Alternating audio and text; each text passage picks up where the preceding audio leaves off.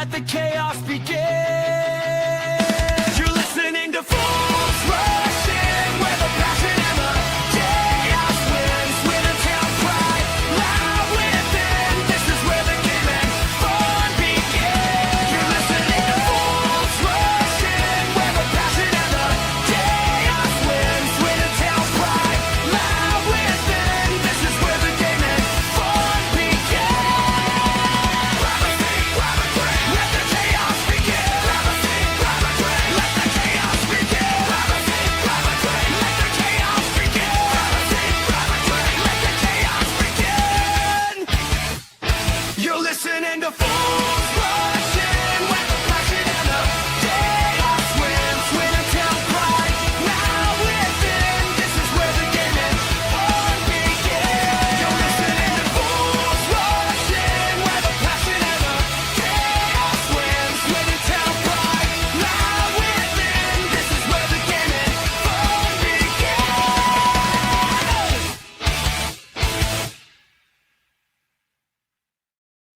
Good evening, everybody. Happy Monday and welcome to FRI. And yes, after one episode, I am back. I'm starting on time. All is right with the world.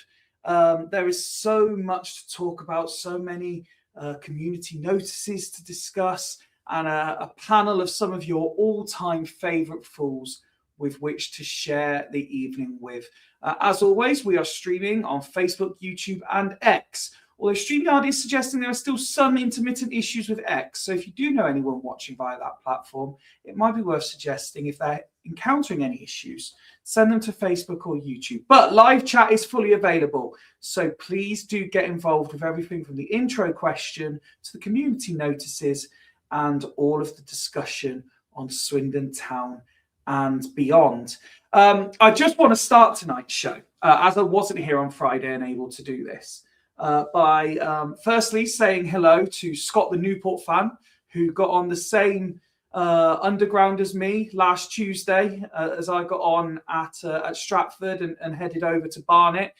We had a really good chat and even shared a comedy moment where his missus told him he had to get off the train because it was his stop. And it wasn't. We both knew he wanted to get off at Wembley. So he got off to the train with his pushchair and had to very quickly get back on the train with his pushchair. Those doors don't stay open long. But Scott the Newport fan, who was absolutely adamant they weren't getting anything out of Salford that day, by the way, I hope you had a great holiday in London and enjoyed last Tuesday. And then to the two Barnet fans who got on the train at Wembley, and we had a nice civilised chat. It's good that fans can actually sit and talk together and not end up in a scrap, as everyone assumes English football fans are going to.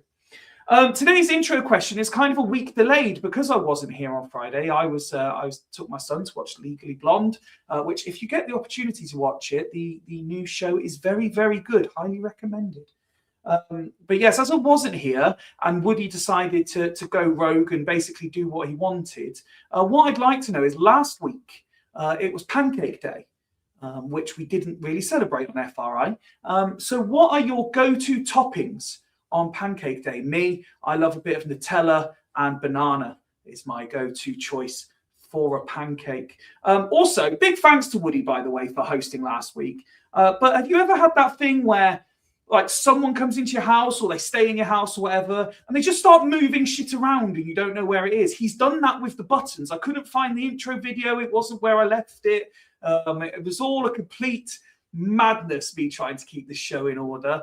So thank you for hosting, Woody. But next time, if you could just leave things where you found, that would be fantastic.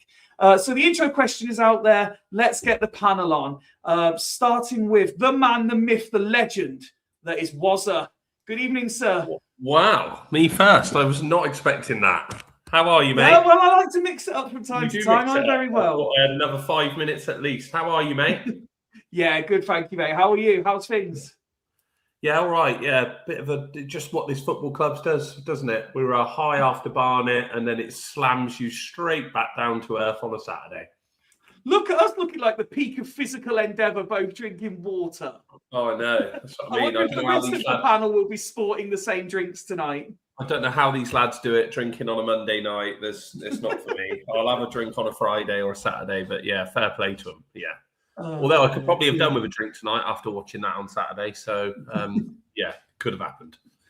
Liam says, and good evening, Liam. First comment of the night. Evening, Fifey. Head loss incoming about Saturday, no doubt. I don't think I ever suffer with a head loss, I just think I have impassioned debate. Nothing wrong with your passion, mate. Love it. I mean, it's like the Barnet first half for me was just, it was quality.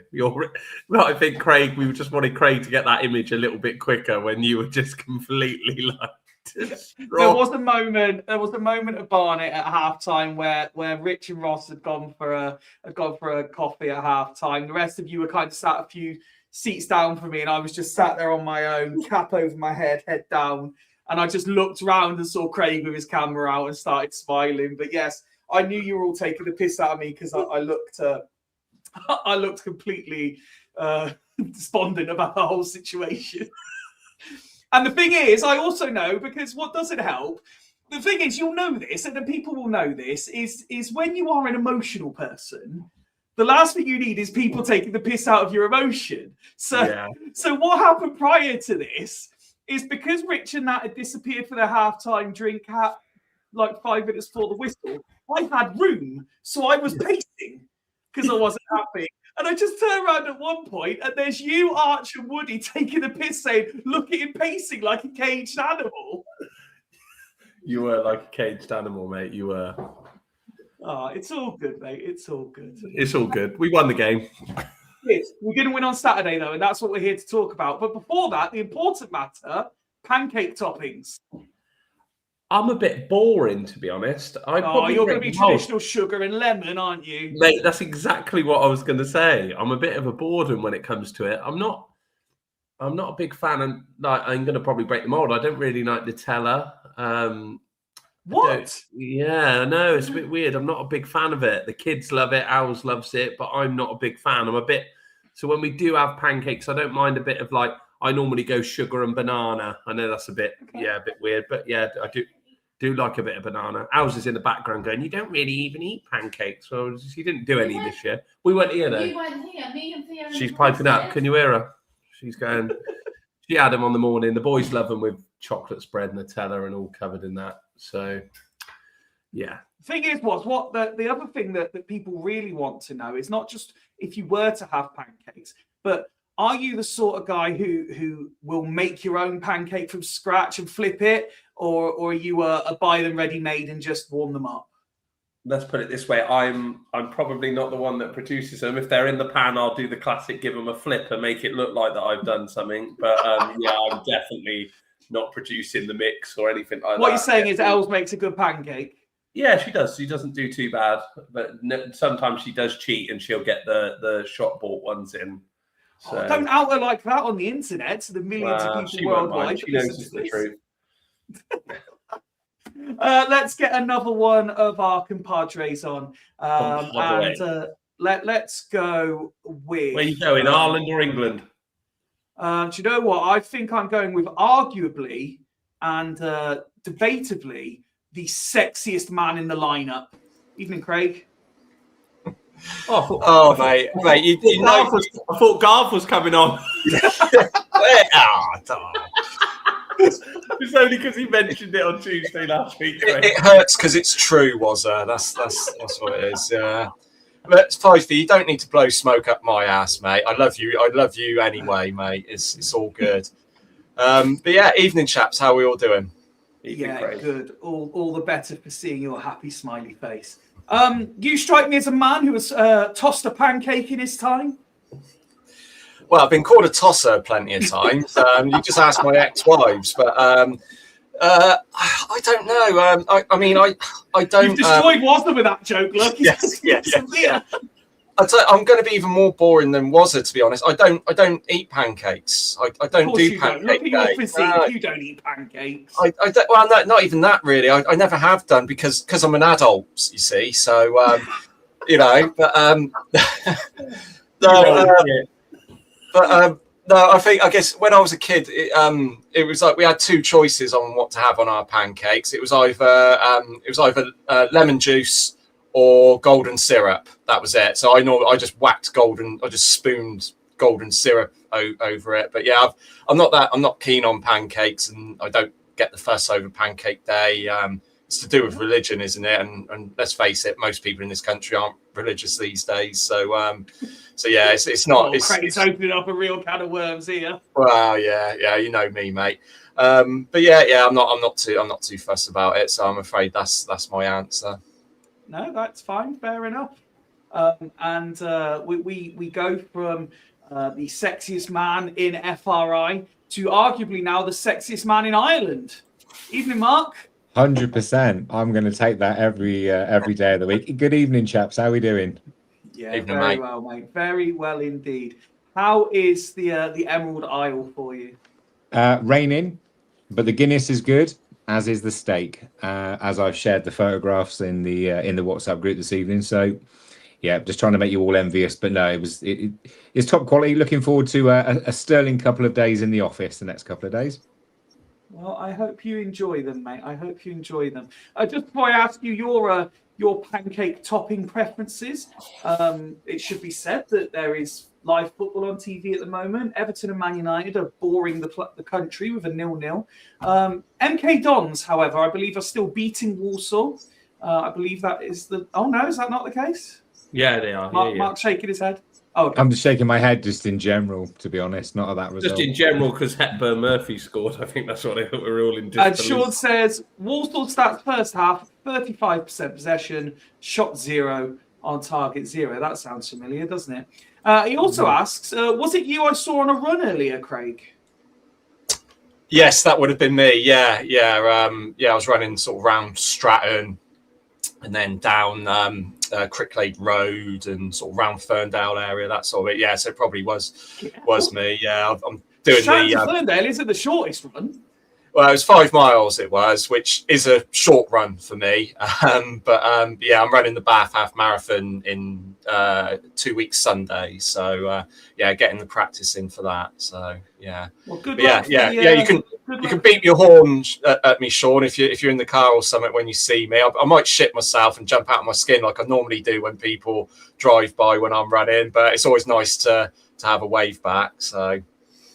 Well, good luck for the half marathon in a couple of weeks, mate. And we should also say congratulations to Rich and his running club, who all did the Siren 10K, I think, at the weekend. So congratulations to them. Not quite a PB, but very, very close as far as I understand. Sean says, yes, he saw you at Crossroads. Yeah. I was round by there. Yeah. So Mark, talk to us. Please tell me you're on the pancake train. Yeah, 100%. We make our own. Either the wife or I can make a batter mix. It's not really that difficult, guys. So, but that eggs, milk, and flour. Come on. But that aside, I'm firmly in the camp for Nutella and banana with squirty cream. 100%. Nice. Going slightly left field. Not golden syrup, but maple syrup. That's always a winner in our house. As is strawberries, Nutella, and cream as well. So yeah, those three are my kind of go-to. I don't have a favourite, but each of them is a winner in its own right. Mark just loves using whipped cream wherever possible. 100%. Who wouldn't? That's another pod, actually. That's late night. Late night balls. Late night with Craig. Mark and Craig talk whipped cream. Well, I reckon we could eke out a 3-hour show on that subject. Oh yeah. I'll throw pouring cream into the mix as well, mate. So. How Craig uses all different types of cream. Yeah, exactly. Fantastic stuff. Well, you all want bonus content out of Fools. That's the sort of caliber you're getting. Let's get straight into it then, guys. Woody and the panel on Friday, they executed the preview perfectly, and the phrase that really stuck out with me was, although no one really likes the lunchtime kickoff, it's a chance for Swindon to put pressure on our promotion rivals. And what we absolutely did was give absolutely zero pressure to any fucker anywhere near us in the table, with some haphazard defending and a moment's belief that we could pull it back again. But I mean, we'll talk about the specifics but ultimately, again, shambles. Just so inconsistent, mate, aren't we? Just like just frustrating. Like I said, just when you brought me on, like we had that reaction at Barnet to the second half, and we come out and we come back, got the win, and I just, not that I didn't think it was going to be an easy game, because Crewe are a decent side on their day. They can beat anyone. They play some decent style of football. They knock the ball about. But we were just so... I feel like I'm going on like a broken record, but that first half, again, we were just so far off it. Like, we were a bit lively first 10 minutes. We had a couple of chances. Batty got in down the left and put a couple of decent balls into the box. And I was thinking, yeah, this looks all right. Fletcher Holman was his normal buzzy south getting around the pitch. And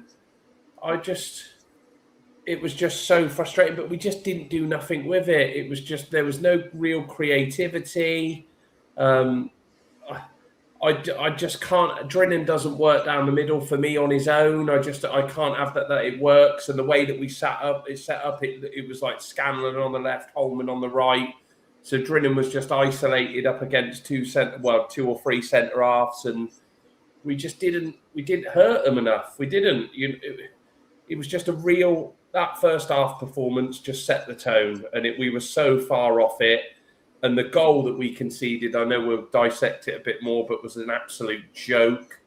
And then I've got a massive opinion. And the second goal, like we said off camera, I am absolutely foaming about. Who was it?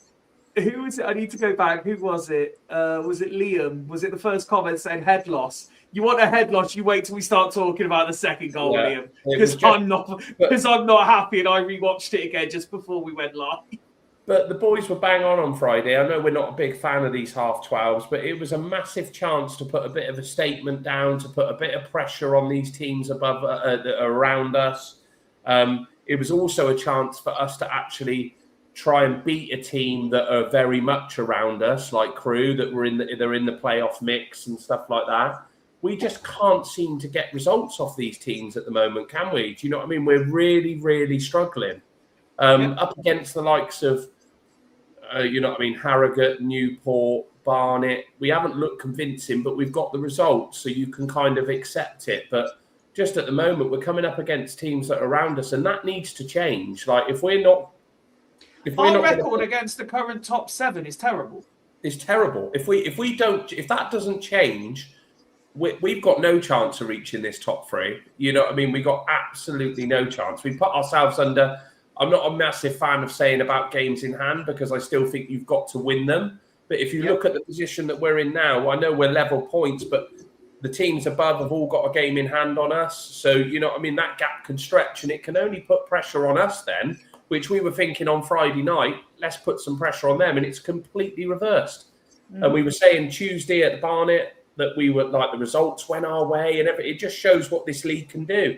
Because Saturday we don't win our game, and the results majority go completely against us. And it's embarrassing, really. But the performance, we didn't deserve nothing from the game. So it's another one of those games that we didn't deserve anything. Look, I don't think Crewe was spectacular, but they came with a game plan to stifle us, to time waste. And if I'm honest with you, I've got no problem with it, because if they want to come and do that, and that's their prerogative, and they've gone back with 3 points. So it's one of those that their game plans worked, but we were so miles off it, Fifey. And we then started to perform when we go 2-0 down. It's easy to do then, because the shackles are off. There's no pressure. You might as well go and lose 4-0. And that's what happened. We were just like, we thought, we'll get back into the game. And it was a massive... It's just what this football club does to you. It gives you highs like it did at Barnet on Tuesday last week, and then it just slams you straight back down to earth on Saturday. And it's hard, because, you know what I mean, we're all saying that we should be in this top 3, but I look at the 4 teams above us at the moment, and I think... Out to be 5 as well, by the way. Yeah, it could be a real struggle. It could be a real struggle. And we have got 12 massive games coming up. I just don't know which way it's going to go, to be honest. Those predictions that we've done, God, I couldn't even... Well, you say that. So that is a topic of discussion later, and it feeds into Sean's thing here. Is Nick still enthusiastic about the title after Saturday Shambles? we have every single one of the Fools, all 15 of us have done a prediction, which you will see later tonight, based on the running, based on the 12 cup finals remaining. I have also sent that question to Nick. Oh, here he is. I have sent the question to Nick for his reply. And Nick has popped up. Evening, Nick. 100%. We beat MK in Cambridge. Plus, there are 10 games between the top 6, so lots of points to lose. Don't get me wrong, I love Nick, but where does that confidence come from? We haven't beaten anyone in the top 7. I'll tell you where it comes from. I'll tell you where it comes from and it's only because neither of them are actually here to defend themselves. He sat next to Ben too much this season. Yeah. And he has fallen for it. He has been seduced by Ben's optimism. And the same way that Craig and Mark have turned me from being a rose-tinted supporter to the most cynical one of the entire group, Nick has sat next to Ben too much and he has lost all sensibility about supporting this great football club. Yeah, Mark and Craig haven't spoken tonight and I already feel like those two, I do. Mark, let me bring you in. And again, we'll talk about the specifics of the game, but regardless of the opposition's game plan, regardless of whether you think an official has had a good or bad or average game, to go 65 minutes at home without a shot on target is beyond ridiculous. Yeah, it's poor. I mean, but if you look at the stats come the end of the game, it would say a completely different story in terms of possession. Did I in hear terms on of OSC 21 shots on goal? Apparently, we had. Yeah. That last sort of 35 minutes, we actually played like a team that I would have expected for 90, to be honest. But the first half that bad.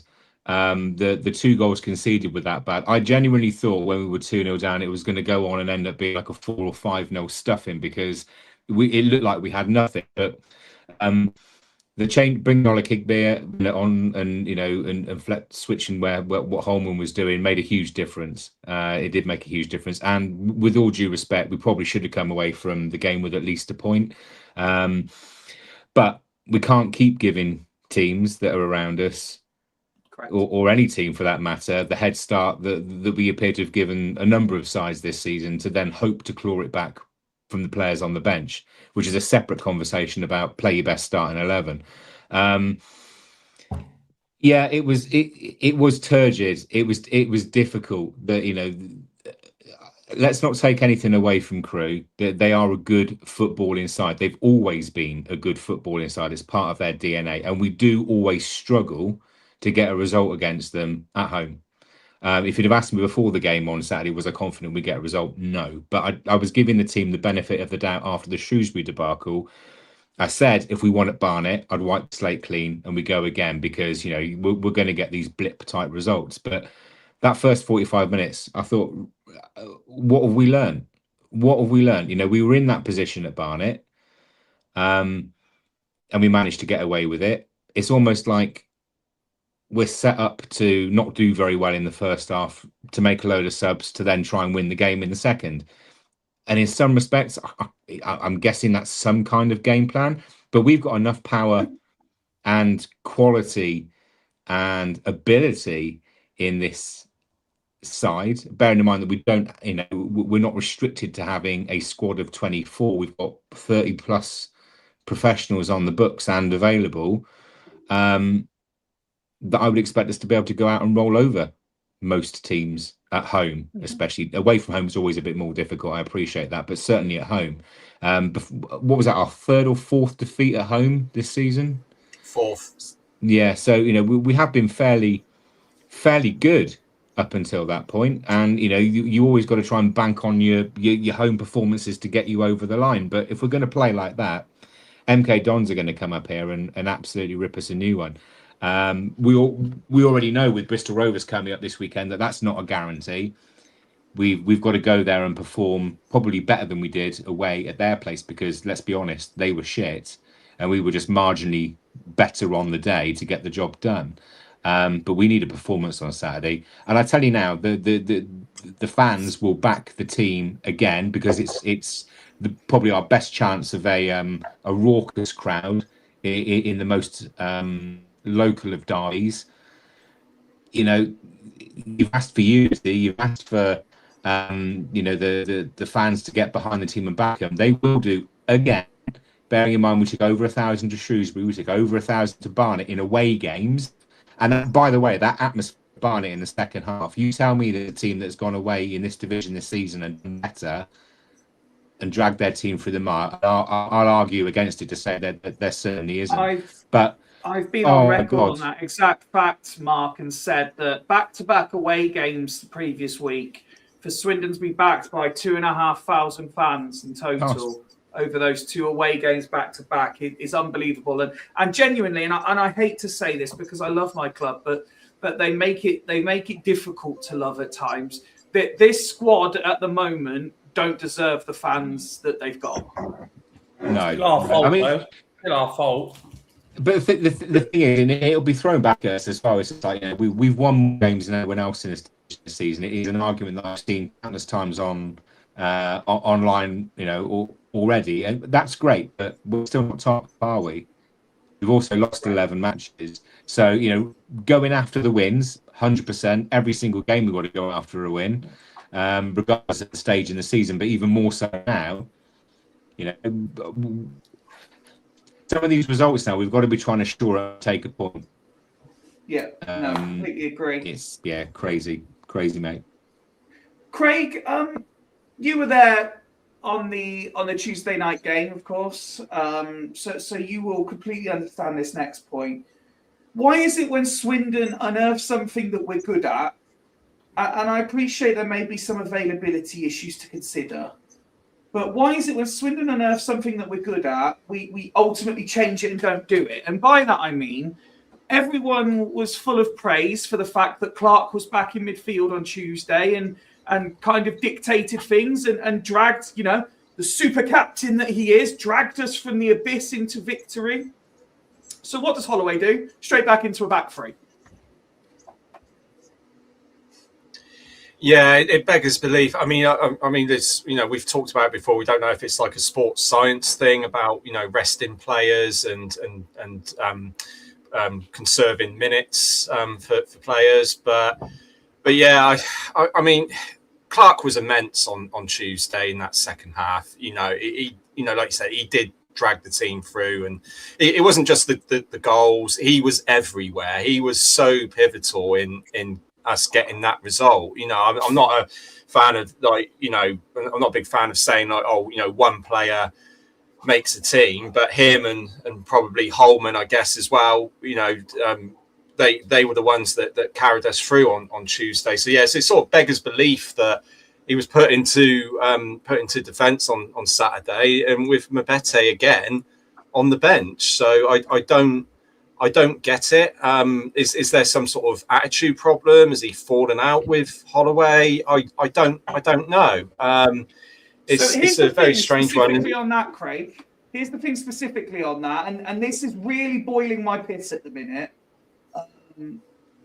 Holloway's come out and said that although the fans, and the fans don't know anything, although the fans say Mabete is arguably our best defender throughout the course of the season, Holloway's opinion is that he has concentration issues at times and can be somewhat of a liability. Concentration issues, I might add, that saw us concede right before half-time and almost straight after half-time while he wasn't on the pitch. Yeah, I mean, when we've got people like Will Wright, who hasn't really had a good season, I don't think. I don't rate him, to be fair. He has been terrible, but he's part of the problem of a defence that can be quite that can leak quite a lot of goals. So for him to say that about Mabete, I think he was responsible. I think he's been responsible for the odd goal at times. I think was he responsible for one of the ones against Shrewsbury? I can't remember. But yeah, I don't see it. You only have to look at like you said, the goals on Saturday to see. The defence were like statues for that first goal. I don't know. It was just schoolboy stuff that they were just seemed so static. They didn't you know, it was a bit weird that first goal, to be honest with you, when I saw that. And yeah, it's very strange. It wasn't weird, Craig, is the fact that we persist with playing James Ball in defence, who's not a centre back or in that area, and he played every fucker on side. Yeah, well, I've said this time and time again. I don't understand why James Ball isn't put in like a defensive midfield role. You know, put him next to Clark, and that will free up Kilkenny, because Kilkenny seems to be a shadow of the player that he's been before. He just doesn't seem to have the freedom to be able to do what he's best at. Put Ball and Clark in midfield. Just to answer that question, the reason Ball isn't put him into midfield is because if Holloway put Ball into midfield, it would mean Tom give the ball away. Nichols wouldn't be able to play. Yeah. Well, As much as we can blame Ball for keeping them, there was so much wrong with that first goal. Like, Nichols has tried to nutmeg someone on the halfway line and lost the ball. And then the ball, we've got something on it, and the ball's gone into the air. And I've never seen someone with 3 or 4 players around him have such an easy time of bringing the ball down from out of the air, and then have the easiest pass that you will ever see.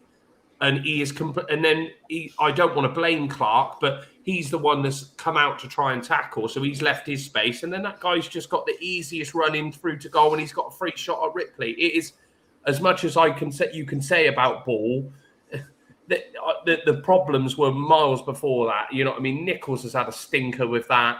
And then no one's even gone to approach Matey Boy to try and challenge him, to make it difficult for him to pick the ball out of the air. That's gone. It was absolutely. That's the bit that's annoyed me most about the first goal, is how much space he's had to get the ball down. Oh, it was criminal, wasn't it? Yeah. I mean, I haven't managed 1,000 games, so I mean, what do I know? But you know, it's just so surreal watching that. It wasn't like watching, you know, all right, League Two. We're not expecting it to be like the Premiership, but they're professional footballers. That looked like a Sunday league, Sunday morning sort of goal to concede. That was. So yeah, and like Nigel said, you know, I think it's coming to the point now, and I said this in our chat, it's coming up to squeaky bum time for us, and it's not in our hands now. I know that there's going to be so many permutations between now and the end of the season. That top 3 is going to chop and change several times between now and the end of the season.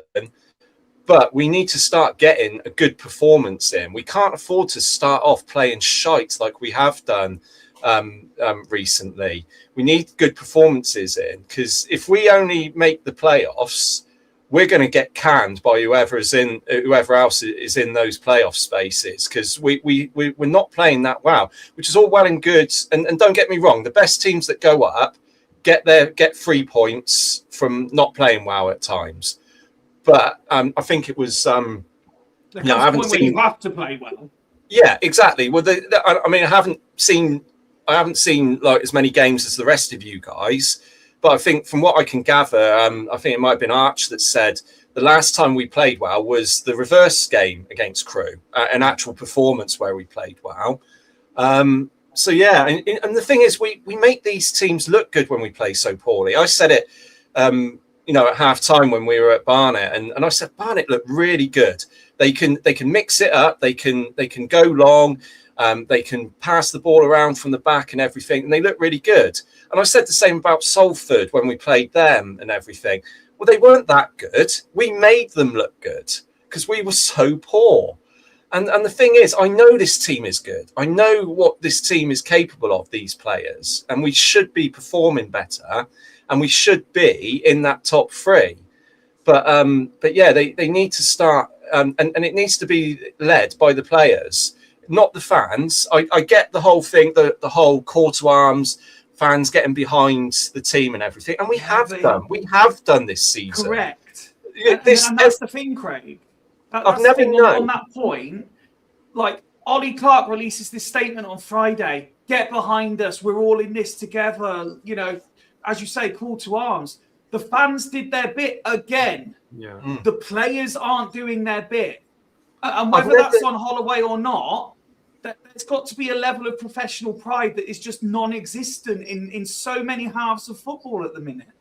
Exactly. We will be, if we don't go up this season, it'll be the first time in football history that a fan base will get blamed for the team not going up. I've never known a team have a squad of players have so many songs sung for them. I've never known that this season. It was my first away game this season, and I was amazed. Like near enough from 1 to 11, they've all got songs. They're loved by us fans and everything. So for anyone to imply that the fans aren't doing their bit is absolute nonsense. And the thing is with the county ground, let's face it, the whole thing with the atmosphere has been a long-term issue. That's not anything new with the atmosphere there. I think the only time we've had a good atmosphere recently was the first season after we nearly went extinct under Ghana. But the other times it's been, it's been like a morgue there sometimes. That's always been an issue, and that's a long-term issue. That's not this season. That's not something that Holloway's just turned up and the atmosphere's dead. That has been a long-term issue, and it's not an easy solution. But we've been in League Two now for 5 seasons. And it's the hope that kills you. We're Swindon Town fans. We've been on this roller coaster journey for a long time now with all the ups and downs. And let's face it, a lot more downs in recent years. So we have that defensive attitude where we're a bit cautious in everything. Then it's down to the players to change that, I'm afraid. We'll get behind the team like we did on Tuesday against Barnet. But it needs to be led by the players, and it needs to start off with a good performance. If they don't start off with a good performance, like they didn't in the first half, then what do they expect from the fans? Yeah. James asks, is there too much pressure on the players, do we think? And the simple answer, James, is no, because as we all know, pressure is for tyres.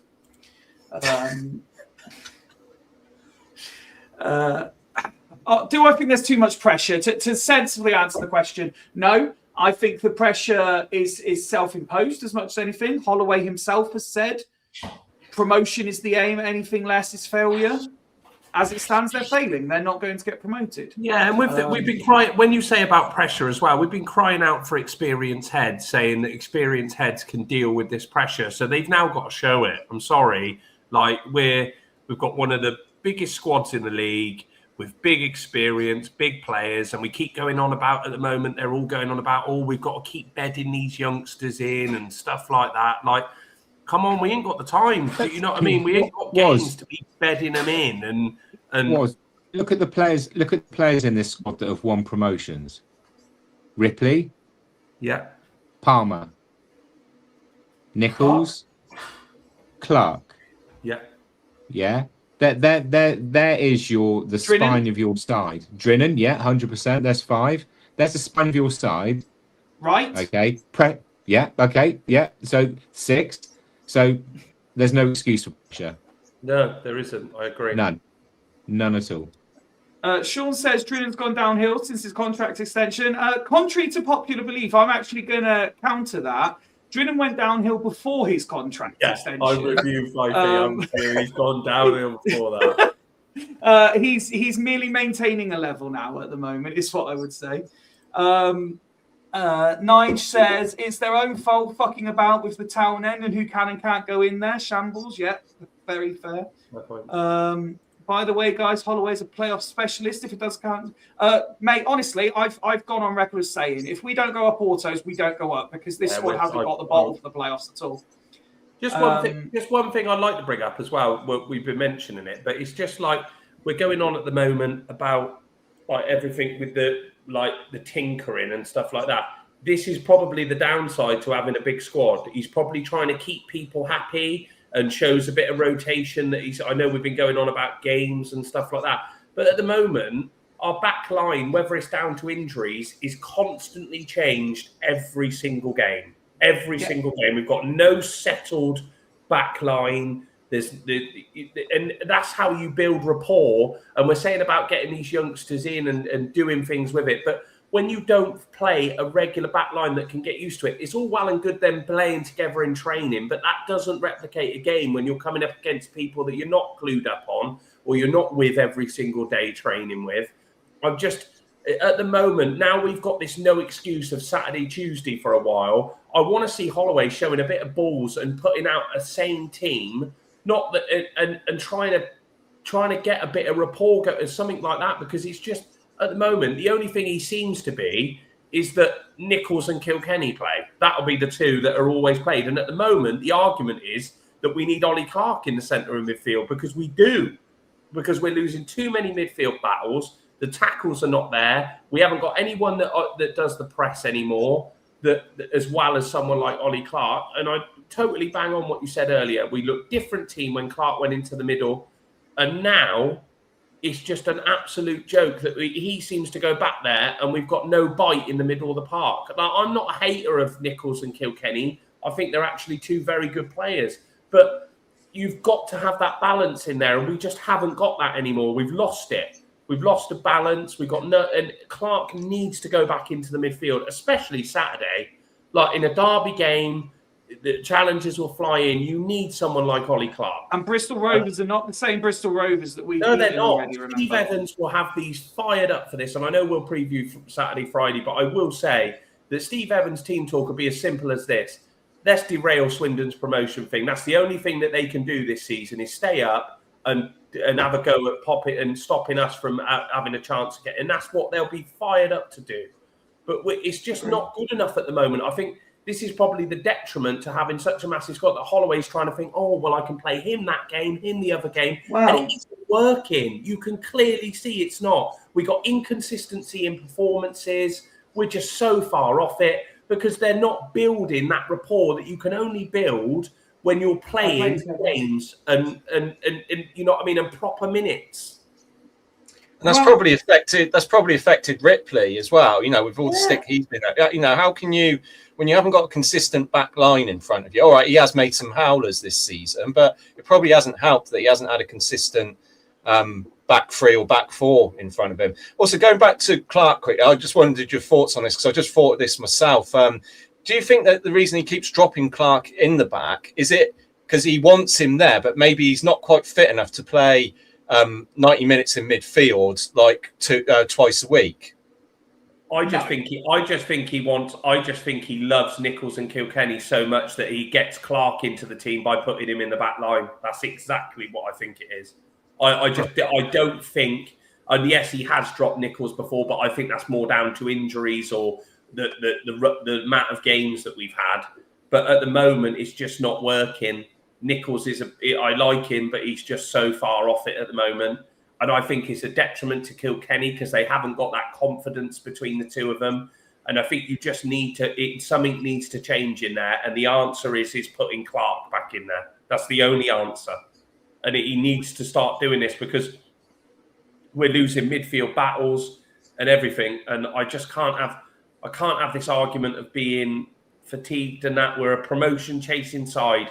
Pull your finger out. It's what you're paid to do, and start doing your job properly, because otherwise we're going to fuck this up. And I am fuming about Saturday so bad, but we're going to fuck this. We're going to fuck this up. This last couple of weeks has been the most angry I've ever seen was in all the years. And I'm a massive Holloway fan. I've defended Holloway, but the last couple of weeks, and you saw me at Barnet, the attitude that he had when I think the fans had a bit of a sarcastic chant about we had a shot, and he turned and looked to us and was like, who the fuck are you? And I'm like, I'll tell you who we are. We're 1,000 fans that have come on a Tuesday night to support our football club, and you've served up that shower of shit. For 2 first halves now in games, we've served up showers of shit that have put us behind in games. We got away with it against Barnet because we decided to pull our finger out in the second half, and we didn't get away with it on Saturday, even though we did perform better, because we keep giving teams head fucking starts, and it is doing my head in.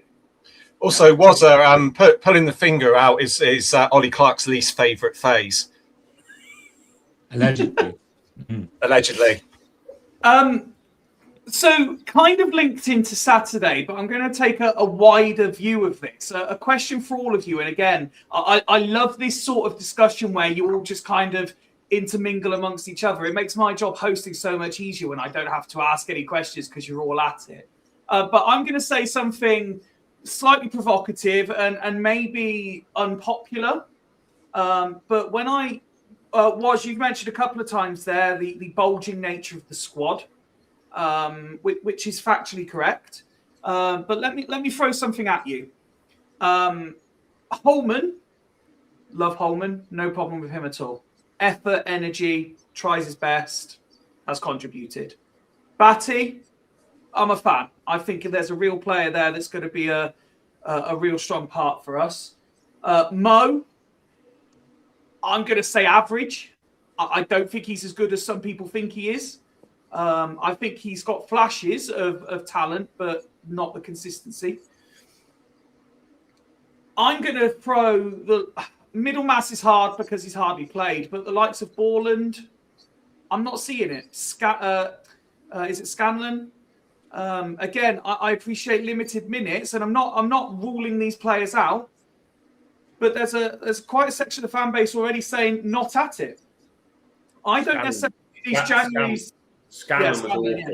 He should have been. I don't think these January transfers are going to make the difference that Holloway wants. I don't know what you guys think from the early signs, but outside of Holman and Batty, I don't think the other three are going to have a significant impact. I think the best formation that we could be playing to get the best out is a 4-2-3-1 properly. So you'd have Batty out wide left, and then you'd have probably Borland playing alongside Kilkenny. I think in defensive midfield roles, because I think that would work much better than having Nichols in there and then having the three kind of attacking players in front of them and a striker. Scanlon. Again, and we scored there was a cracking goal that he scored, but other than that, I've not really seen anything that warrants getting into the side of the shades of Princewell about him, unfortunately, in that regard. A good first appearance, fallen off a cliff since. I think Borland is a player. I just think he needs support alongside him. I don't think he could do the Gavin Kilkenny job on his own. I don't think he's that experienced, but alongside Kilkenny to learn. 100%. Middlemass, what's a Middlemass? Is in danger of becoming the player that was signed with all the promise that's not got in. And I think he's been referred to as being a player for the future. But what's the harm in throwing the mix now? Yeah, I mean, you look at the back. I think the biggest thing is the centre back pairing. We've dropped and changed the two centre backs so many times over the course of the season, and it's a big problem. It's a big problem. You look at the spine of your side, goalkeeper, your centre backs. There's usually a central midfielder and a central striker come attacking midfielder. There's the spine on the side. That's the kind of player that you want to be playing week in, week out. To know how to move it around. You can kind of dip in and dip out with the supporting act, those that play around them from a minute's point of view. But generally speaking, you have a strong spine, and then players operating around them. I've lost count now of how many formations we've played this season and how many different players we've had in square holes. Now, admittedly, that probably confuses the hell out of the opposition, because it sure as hell confuses the hell out of me. Because I think what is our best side? What's our best lineup? And I've said this before: is like when we had a lack of available centre backs, surely we've got under 18s that are available that know the centre back role that could have just dipped in for a couple of days. We've done that before in seasons gone by. We've even played Sonny Hart. So what's the harm in showing another centre back from the under 18s in there to give them their debut? We're big on this pathway from under 18s to the first team. Stop looking to play the proverbial square peg in the round hole. Put a player in that's learning their trade in that position and put the experience around them. What's the fucking difference? Genuinely, what is the difference? I just don't get it. Why do I sound like Stephen Hawking? Mark sound like Stephen Hawking? It's because he's coming to us live from Ireland tonight, and they haven't fully invented Wi-Fi yet, so he's working off of a 4G signal even. James says, I think Mo is our best player. Genuinely, could not disagree more. The only time he's been marked out of the game is when he's played on the left versus Oldham. He's way better on the right. I'll agree with you on that. Just stick McGregor behind him. Again, yes, I'm a big McGregor fan. Mo is definitely not our best player. I will say that much. And I'm only speaking on behalf of myself when I say that. The other lads might disagree, but he's certainly not our best player. Jamie says, Scanlon is ball watching with the game passing him by, and you can almost hear his thoughts. Fuck me, this League 2 shit is a battle. Rabbit in headlights. Sean says, Kingsley Town. Oh, have you seen this, by the way? Yeah. Our good friend Alpha sent me a picture. Kings Lynn's game got called off for waterlogged pitch while there was pictures showing them watering the pitch.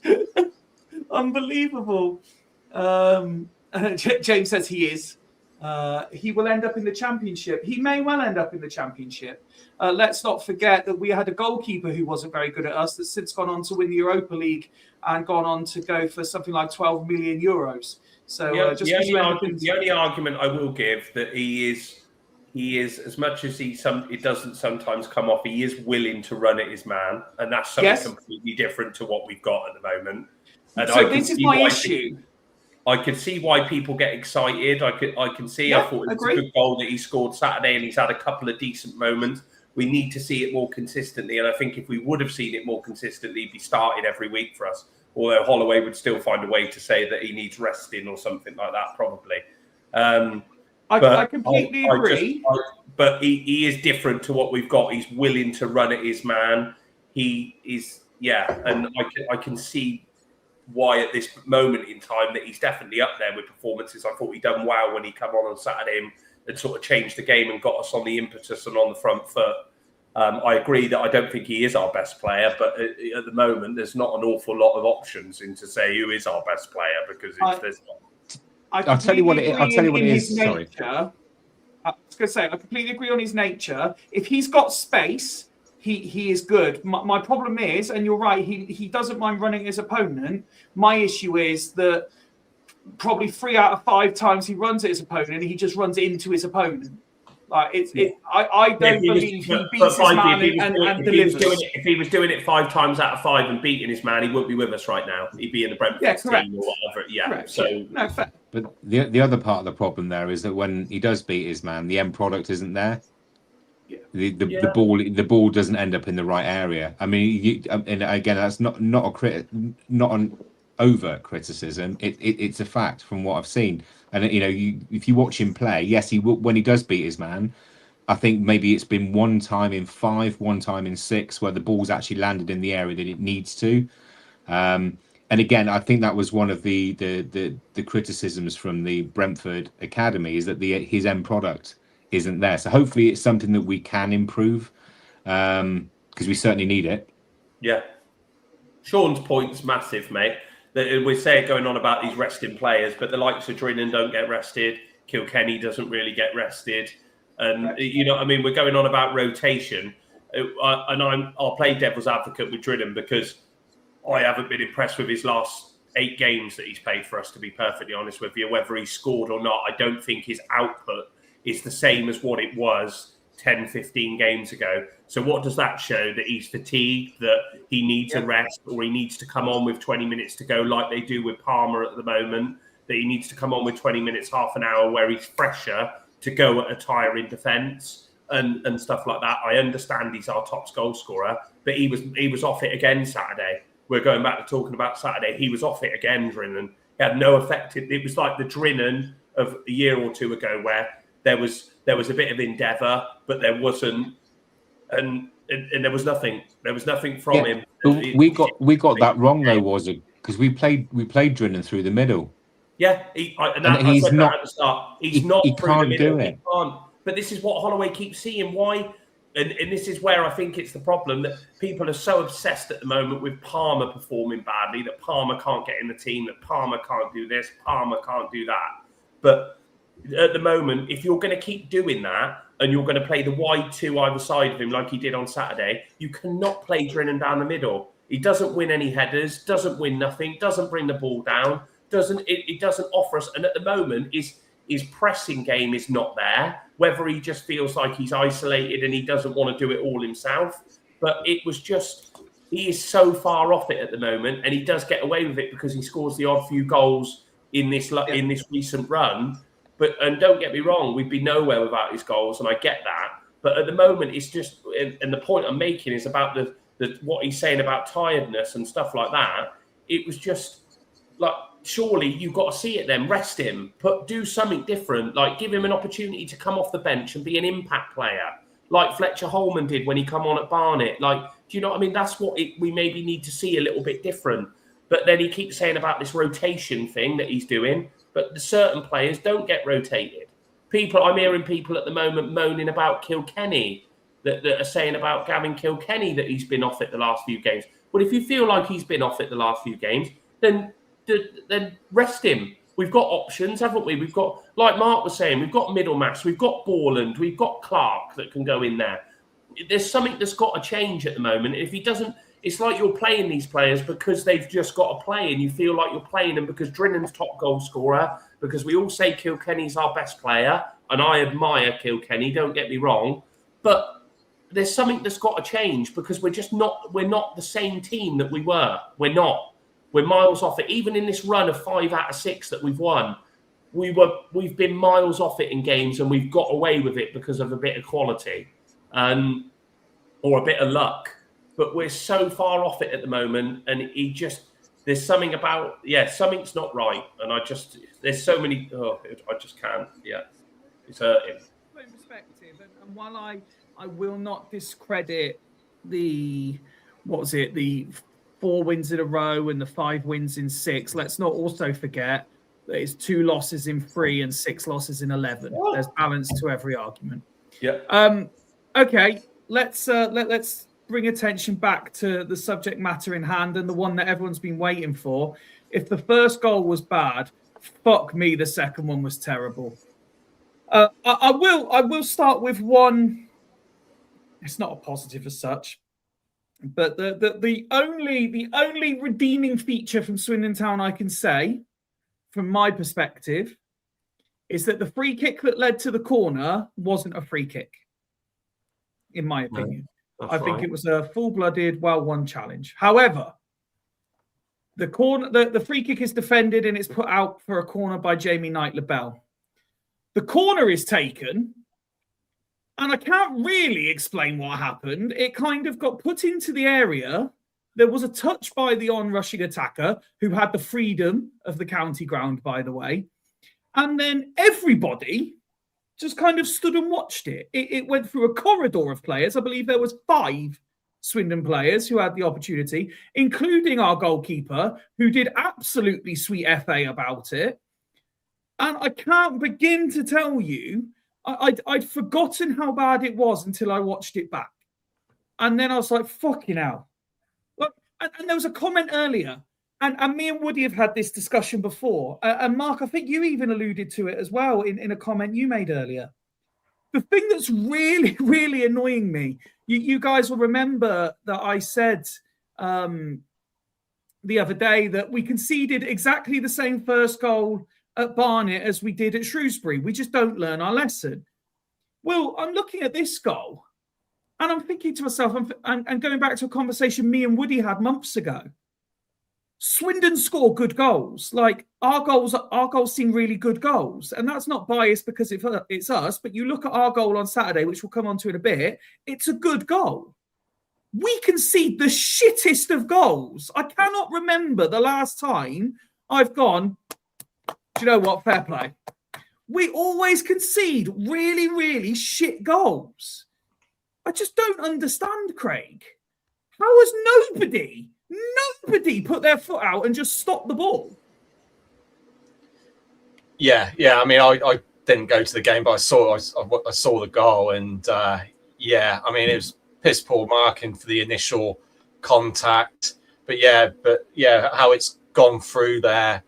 Like I say, sometimes our defense, or not just our defense, but whoever's in the box defending from set pieces or crosses or whatever, we're like statues, and it was just so static. And this has been a problem all season. You know, like you said, we've conceded a lot of shit goals. You know, they haven't been great, and they've been mistakes or just poor defending. So, yeah, it's a puzzler, really, isn't it?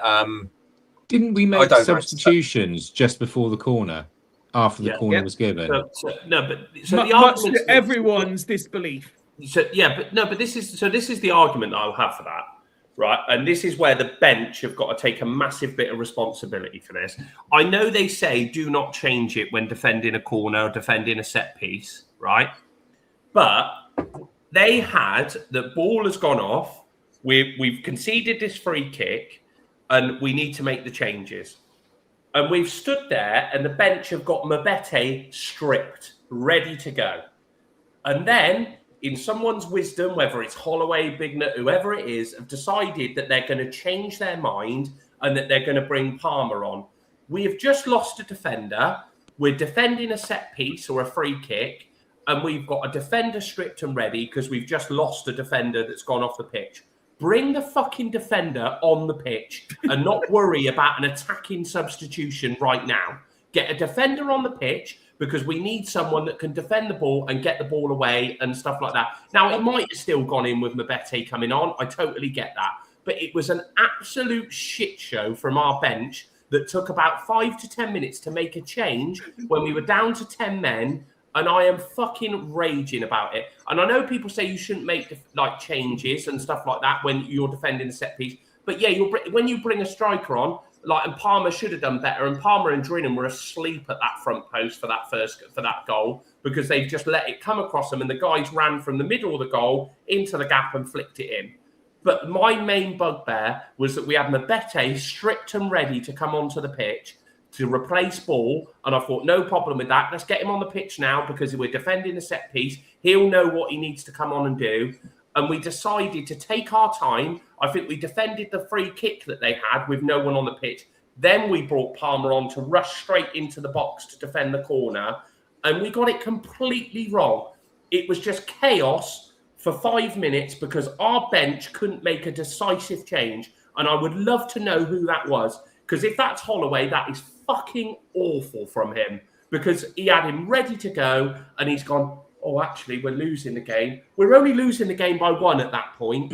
Only losing the game by 1. Bring a defender on for a defender and then sort your attacking changes out later when we can do it. But it was an absolute embarrassment from the bench, and that's all I've got to say about it. Yeah. The defensively wasn't good enough, but it was embarrassing.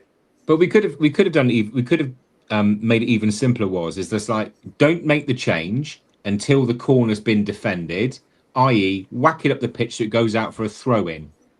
Okay, so that immediate danger isn't there, because all you've done by introducing a new player in at that stage is create confusion, because nobody really knows what they're doing at that point. The players that are on the pitch, you would hope, would understand what the game plan is and who's meant to be where to defend.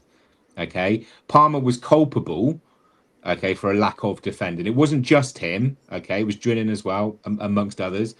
But it doesn't matter. It doesn't matter, Jay. We could have defended that corner and made the decision to whack it out for a throw-in. The position, the team would have been reset in terms of their positions, i.e. when they're defending the ball, i.e. out of possession. So it would have been much easier to introduce a defender at that point. So they would naturally slot into where they would be comfortable rather than trying to throw. Well, like I said, I think I'm more amazed by the fact that we decided to bring on a striker. If we had bought on Mabete, it might not have happened. But the point is, you don't make fucking substitutions at corners. You just don't do it. My argument to the comments that Mike and Jay are saying is that I understand that we were back up to our full allocation of players when we conceded the goal. My argument was the 5 minutes of decisiveness from the bench, making a decision about what they needed to do. Bring Mabete on, make the change. Mabete should have come straight on the pitch. And you've got a defender on then that's naturally a bit more like, right, I could have dealt with that. I could have, you know what I mean? Mabete would have had a bit more of an idea. He would have been told what he needed to come on and do straight away. You bring someone like a striker on, like we did with bringing Palmer on, and it's not him fully to blame, but he was already thinking about, well, what am I going to have to do at the top end of the pitch to get us back into this game? His mindset isn't to come straight on the pitch and to have to deal with something from a set piece defensively for us. That's where I think we got it completely wrong. And I'm with Mark, don't make the change, but you either don't make the change and keep it as it was, or bring the defender on, because that's what I would have done. I would have we've just lost a defender injured, bring a defender on, and then, you know what I mean, see how it deals with. And like I say, we could have quite easily conceded it. But in my heart or in my head, I feel like we wouldn't have conceded that goal with Mbete coming onto the park to replace Ball, in my opinion. But as well, sorry, Five, but just to add a final point to that, what will compound it even more, as professional footballers, some of the training exercises that they will do will be playing without an extra player. What happens if a player gets sent off? So they should have been able to defend that corner with 10. Regardless, that's the other frustrating part as well. It's not going to be something that's alien to them or that they won't have gone through from a scenario point of view. Sorry, Five. The thing is, don't you think it was a bit amateurish the way it was done? That was done. I know it's League Two, but still, you should, like you said, you should be decisive, make your decision early, and not change it like you did. But I'd be interested to know your guys' opinions. Do you think it's because on the bench we got too many chefs and not enough cooks? You know, is that it? Is there, you know, could it be that, you know, Holloway said something and Big Nut decided, no, let's do this instead? You know, they looked in deep conversation, which defending a set piece they shouldn't have been. They should have been decisive, get someone on or don't get someone on. And they made completely the wrong choice, in my opinion. I just think it was an absolute embarrassment in my eyes. If we stay 1-0 down, we get something from the game. And that second goal has cost us from getting something from the game, because we had then had a massive mountain to climb and we had our chances and we nearly got back into it, which we'll come on to. But it was an absolute shit show from the whole staff for me. The playing staff didn't defend the corner right, and the managerial staff have let them down because they just didn't make a decisive decision. And that's what, and I keep banging on, but Mbete was strict and ready. And then someone, and whether, Craig, you'll bang on with your point, as someone like a Big Nut gone into Holloway's ear and gone, well, maybe we should do this. But they needed a decisive decision in that moment, and we did not get it. We were let down massively. Who is steering this particular ship? Because Holloway's very much the public figurehead. But like you say, when these big decisions being made, is Holloway making them? Is Mildenhall making them? Is Big Nut making them? You know, is it the kit? Dare I say it is Gav Gunning making them? Well, exactly. I think someone mentioned a comment earlier saying about defensively how bad we've been, and is it Mildenhall defensively? I believe to think that Gavin Gunning is our defensive coach. Do you know what I mean? So does that say Milden's the goalkeepers, Gunning's the defenders? Yeah. And then Big Nut is always, he's a striker by trade, wasn't he? Do you know what I mean? So you would expect him to be doing the attacking end of the pitch, and then Holloway is overseeing it all. But you know what I mean? We've had moments with really good. We've had moments with really good clean sheets, so you can't just solely pin this at Gav Gunning's door, can you? We've seen just set pieces. Who's in control of that? That may be Mildenhall, I don't know. But for that 5 minutes, it was just complete and utter chaos, and it didn't need it to be. We just needed a cool head and a cool set of players just to get rid of it, like Mark said, and then we're still in the game at 1-0. But conceding an absolute shower, conceding an absolute shower like that to give us an even bigger mountain to climb in a game that we really wanted to win, and then in the end we were trying to get a draw or trying to get a point, and it was just that cost us for me, and I was absolutely fuming. And you can tell I still am fuming, but it was just it was just a complete shit show. Absolutely across the board from the whole playing staff and the managerial staff, and I can't forgive them for that because it was just horrendous. Well, no sooner had we gone 2-0 down, and the FRI WhatsApp chat was being filled with borderline sarcastic comments from me saying #favourable fixtures. Then a moment of actual quality. Just after the hour mark, as we said earlier, it took us 65 minutes to get a shot on target, but what a shot it was. Ollie Palmer with some hold-up play, Who knew he could do that? He was. Ollie Palmer with some hold-up play, feeding it into Fletcher Holman, who carried on doing exactly what he does, fired in a left-wing cross, and there was Mo to score on what could have been one of 2 or 3 on the day. But all of it, fantastic play. Palmer's hold-up, the cross from Holman, and the volley from Mo to put it in. Fantastic finish. Yeah, don't disagree. I think, Fletcher Holman's had 7 goal involvements now. Was that 4 assists and 3 goals in his short time? That kid's going to be worth money if he carries on in the vein that he's going. What we got 18 months plus a 1-year option on him. So I'd be extending that contract now. Yeah. He's worth every single penny. And certainly putting a shift in compared to some of the others that are out there. Look, he's the got argument passion, hasn't he? He's got pure passion, hasn't he? He loves playing it. He has. Well, that's why the fans are endeared to him. They fans love a trier, right? And it's not just the fact that he's trying; he's producing as well. And you got to get lucky to pluck players out of these Premier League academies and expect them to do a turn in men's football in their first season. But I just hope we don't ruin him. I think he's got everything about him screams a number 9. I love his physical play. That goal that he scored. I forget who it was against now. I mean, I've watched the replay enough bloody times already. But the chop, and he killed it in with his left foot. But just like every time I watch this, it's like that is just pure class. He's not scared. He's just not scared. But yeah, I mean, the cross, being exceptional and into exactly the right area. Ola Kigbe could be, hopefully he's learning or practicing with Fletcher Holman, because if he can do the same on the opposite side of the pitch, then we could potentially be in business. But with all due respect to him, he arrived in the right place at the right time to put that ball in the back of the net, and that's as much as you can ask. Pleased for the kid that he got a goal, because I think overall his performances since he's been here have warranted at least a contribution. Just want to see the consistency now. But arguably, Fifey, that goal was the catalyst for what was pretty much a one-way match after that point. Swindon suddenly decided that having scored that goal and halved the deficit, that we would finally decide to show up and give the fans something to look forward to, as if we're only capable of playing that level of football for 20 minutes in a game, which clearly isn't acceptable.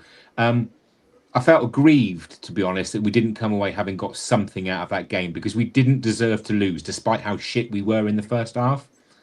It was kind of made up for the fact that, the last 35 minutes, there was only one team in it. And if we'd have equalised, we'd have gone on and won that game. It was one of those matches. I could just see it happening. But, it is what it is. We were the architects of our own downfall based on, the first hour of that game. So I can see James saying here we were really good second half, and Mark, following on from your comments, I agree to a point, but when I think about it, I mean, I think back to the chance that Palmer could have fed Mo through when he was clear on the right and he decided to shoot instead. Was it Drinnen from a very tight angle headed one against the goalkeeper and they managed to get it clear? There was another shot, I think, from Mo, which got deflected out for a corner. But although, yes, we dominated possession and got into good positions, did we really actually test their goalkeeper enough? Not enough, but there was one save at 2-1 when Ola Kigbe on the edge of the box. He's had a great strike and it's gone for a crowd of bodies and the keeper's pulled off a great save. He's got down low to his right and he's pulled off a great save. Yes. I agree with Mark. That goes in, we win the game. Yeah, I totally agree with that. But we just gave ourselves a mountain to climb, didn't we? And I agree with Jay. We did play better, but we played better because the shackles were off. We were 2-0 down at home. We had nothing to lose. We needed to go out and perform and try and get back into the game. It's all well and good. I wanted to see us playing like that at the start of the game. Take it to them, get 2 goals ahead, and then you've got something to hold on to. We keep going behind in games and having to chase games. and it is killing us at the moment. Absolutely killing us. It was the keeper made a great save, and we did create other chances and other moments. We got into areas, and the ball wasn't right. I think we had a shout for a penalty, which I don't think was for handball. But yeah, I can't get excited that we played well in the second half. And Well, you did. 30 minutes, not even the was no second half, pressure. 30 There minutes. was no pressure. There was no. The shackles were off. You were going to lose the game if you didn't pull your finger out, and they did for half an hour, but it wasn't enough. And we just and I can't let that go at the moment. I just can't. You could probably tell, but it's just You got to play. We had to play better, and it wasn't a high bar though, was it? No. You know, I didn't watch the game, so maybe it's easy for me to say that, but you know, when you've played so poorly up until that point, then if you start playing better, then great. But it's still not enough, is it? As was proved in the end. Yeah, I don't think I can disagree with any of that, Craig. To be honest, you know, it's just frustrating. It's just frustrating. I mean, we're not going to get away playing like we did in the first half against Bristol Rovers because it's a derby game. It'll be a derby atmosphere. You know, we have to go out there and look to play the right kind of attacking football to get ahead in that match. And by getting ahead, I'm expecting. I want us and I expect us to be able to be 2-0 up at half time. There's no reason why we can't. Rovers are shit. They are in the table where they are in the table because they are. Admittedly, they've got Steve Evans in now, who will make them a different proposition compared to the Darryl Clark side that we played away, that were incredibly poor. Because they're going to kick, they're going to fight, they're going to battle all over the pitch because that's what Steve Evans' sides do. It won't be pretty football on our side, on from them at all. But if we move the ball quickly, which I know we can do, and we get on that front foot, we can completely outplay Bristol Rovers off the pitch and beat them at home. Totally agree. And there's no excuse for it. No excuse for it. It's a must win. It's another. It's huge. It's must win now. All 12 games are a must win. You look at the extra games that we've played compared to the others that are now starting to pick up a bit of form. You know, every game should be. It's not this must not lose. Bollocks to that. I'd rather win every single game 5-4 or 4-3 because we've gone out there and we've just like constantly been on the front foot. It's the only way to play now. We've got to, gunning ball for the win. Courtesy of what followed that game, right up until what's just happened, the league table now looks like this. Bromley have got 65 from 33. Cambridge have got 63 from 33. MK Dons up to third, 61 from 33. Notts County in the playoffs, 61 from 33. Then Swindon in fifth, 61 from 34. Crewe, 53 from 34. Chesterfield, 53 from 34. And then just outside the playoffs, Salford, 52 from 31. Walsall, 50 from 32. We have played more games than the top, than everyone else in the top, in the top 20. Whole league, nearly the whole league, five, except three teams. Us and Crewe are the only ones in the top half that have played 34. We find ourselves level on points with third, below on goal difference. I understand the point Nick makes, and that Ben will bleat on about there are a lot of those teams that have got to play each other, so points will be dropped. I also accept that we're still in our favourable fixtures period, those favourable fixtures where we've lost 2 of 3, remember? We as a group, and Mark started this, and I appreciate this won't be clear for the viewers. We will explain what's happening, but as a group, we have all looked at the 12 cup finals that remain, and we've all predicted what's going to happen from Swindon's perspective. And Mark has been busy and created a little graphic that looks a bit like this. Now, for anyone who pauses this and zooms in, etc., to help you out, you've got the fixtures on the left-hand side, all of our names along the top. Green means we think we're going to win. Yellow means draw. Red means loss. Mark's even done the percentages on the right-hand side. I have my slightly bigger version here so that I can call some stuff out. Mark, what were some of the interesting things you found by the time everyone had done their predictions? I mean, Well, generally speaking, the consensus is still fairly positive, despite the ranting and the raving that we do. Now, I don't know whether that's blind faith, Fifey, to be perfectly honest. 100%. But look, I mean, there are the ones that do stick out for me: Cambridge away, Gillingham away. They're not MK Dons favourable at home. fixtures. Yeah, MK Dons at home. They're not favourable fixtures for us. With all due respect, I mean, I think MK Dons should be winning this league. Look at the money they've spent on players. Without a shadow of a doubt, they should be up there. And if they're not top three, I mean, Bromley are the anomaly. With all due respect to them, a fantastic season they're having. None of us would have predicted they'd be top of the table for so long. But yeah, MK Dons at home is not a fixture that the majority of us are favouring. Cambridge away, and these are games now I'm starting to think, and the more I looked at it and gone, these are the games that we're probably going to end up needing to nick a result from to turn it around. I mean, with all due respect, I think it was just this coming Saturday. I think Kieran's the only one of us that said that we're going to lose to Rovers. Well, let me pull a couple of the stats out for you, and to help people who this might not be the absolute clearest on their screens. So to give you an idea, out of all the fools, Ned is the most positive. He's predicted we will only lose one of the remaining 12 fixtures. We will draw 2, win the rest, and finish on 90 points, 90. Next highest, I believe, and I'm just double checking, was Woody. He's got us down for 3 losses, 9 wins, 0 draws, and to finish on 88 points.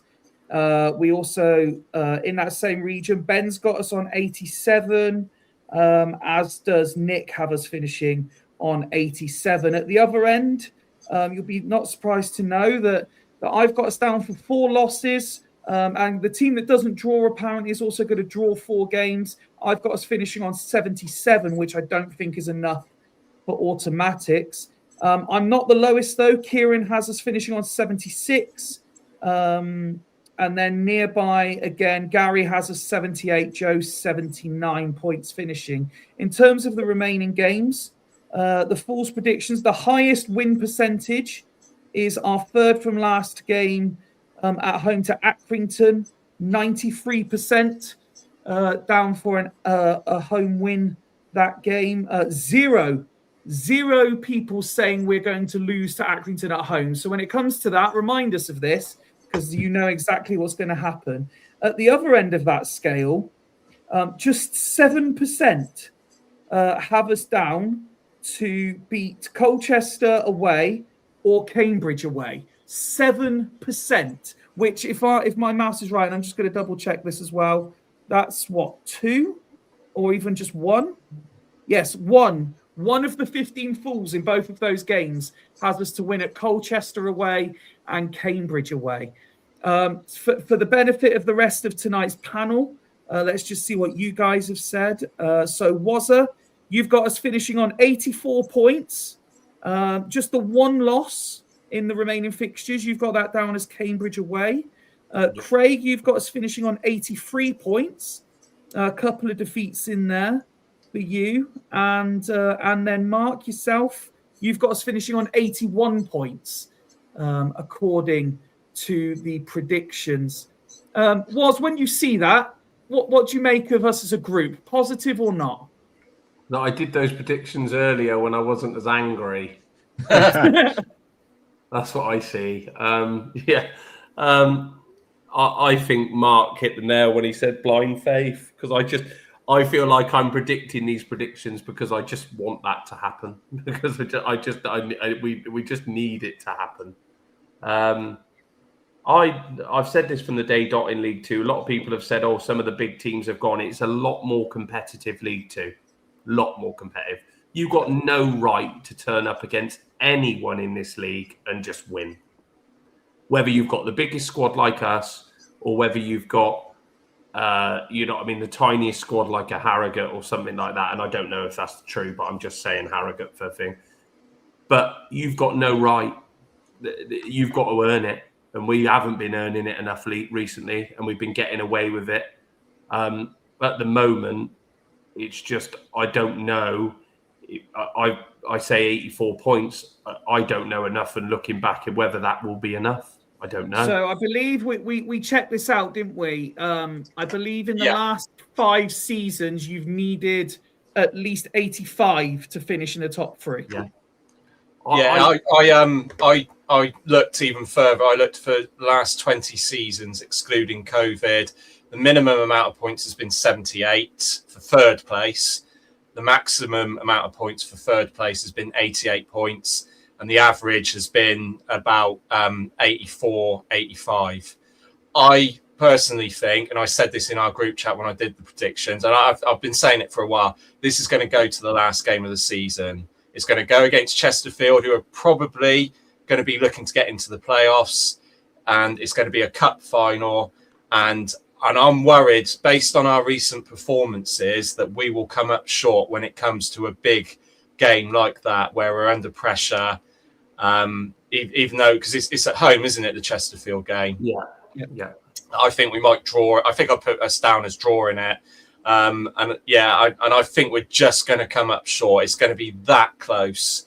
And as I said earlier, the top 3, top 5, it's going to interchange so many times between now and the end of the season. That's why we need to make sure that we're at the right end. I know we've played more games and people say, well, it's about getting points on the board. Well, that's all well and good if you're at the top and you're already in that position, you've got the points on the board. When you're down there and you're looking at other teams and you're hoping for them to win or lose their games in hand, that's not a good thing to have with 12 games to go. It's a bit different when games are coming thick and fast over the bank holiday weekend, over the Easter weekend and stuff like that. It's a bit different, because teams will tire and that might go in our favour. But yeah, it is. It is a bit of a concern for me that we've played these games already. Yes, the other teams will take points off of each other, but the table as it is currently a bit distorted, I think. And I just think it's going to be so close. I was surprised how many points I came up with, to be honest. I thought I was going to come up with 78 or be one of the more pessimistic ones, but that's genuinely what I thought looking at those results. Like I said, I think I had us to lose against MK Dons and Cambridge and draw against Bristol Rovers. I think it's going to be a tough game on Saturday, and I think they will find it tough against a team that is going to be, like we said, a typical Steve Evans team. They're going to shithouse us, and we're going to find it very difficult to deal with. Well, for the benefit of everyone watching, just to say, what I will do is after this show, I will crop out the predictions bit of it, and I will just put what our things are, so you can all see which fools have said we're going to get what. So, and then you can follow along for the next 12 games, because we've all made these predictions, but on a Friday we're going to predict completely different scores than what we said in this prediction. If you can follow on that chart what we've all said, and we've got questions. I know Mark had a little bit at the bottom of that graphic. How we'll do. Mike's going funny. Your mic's gone a bit funny there, Fifey. Is the cat around? Is that better? Well, Yeah. we never learn, mate. Yeah, so we didn't hear what you said the last 30 seconds, mate. Is that working better? It was better before you just adjusted it. Pick the cat up again. Can't hear you at all. You've muted. Yeah. No, Can't hear you at all now. he's gone. Blame Woody. Technical issue, right? Blame Woody. Let's pad for time while he's sorting. Yeah, you never had these. You wouldn't have had these issues if your left-hand man was taking the pod on Friday, mate. I'll tell you that. Right. Woody's played with the wrong buttons there. That's what's upset Fifey. You can tell. The one thing I wanted to say though is that is that working? Just yeah, clearly now. Yeah. Shut up now! Don't butt in on my point, will you? One thing I was going to say is, at the moment we keep going on about these teams will take points off each other. Yeah, rightfully so, they will. But if they do win the games, then it's the classic saying of a 6-pointer, isn't it? So these teams are gonna get higher up. So it's all well and good saying all these teams have got to take points off it and points off each other. Yeah, that's fine. But we've still got to concentrate on ourselves of picking up the points, because at the moment we don't look convincing against anyone, whether it's top of the table, bottom of the table, middle of the table, whoever we're playing, we're not convincing at the moment. So the concern everyone's going, we'll do our bit, but we've just got to make sure that the other teams take points off each other. That's a load of rubbish for me. We've got to concentrate on us getting our points. And at the moment, we just don't look convincing. And that's my concern at the moment, that we're not going to do our bit. And we're concentrating so much on other people's performances and other people's results and stuff like that, that if we don't do our job, then that's what's going to screw us over at the end. And we're not going to be where we want to be, because we've lost games that we shouldn't have, or we've drawn games that we should have won, and because we haven't done our job properly. And that's the biggest frustration for me. Well, look, I mean, nobody wants to rely on other teams. Like, if you get promoted, you want it to be on merit. And I was having a conversation with someone the other day, and I said, at this moment in time, my concern is if we somehow perform what at the minute, to me, I know it's only goal difference in the league table, but if we get what I believe at the minute will be a miracle of automatic promotion, it will be based more on the fact that someone has been more shit than us than we've actually deserved it. Yeah, fair comment. I've just cropped that picture and I'm putting out on our socials now, so you'll see it on Facebook and X and Instagram shortly. James says, I'm going to come visit you next week for a quote. We can rant about Swindon then. Sounds good, mate. I'd rather talk about tyres, to be perfectly honest.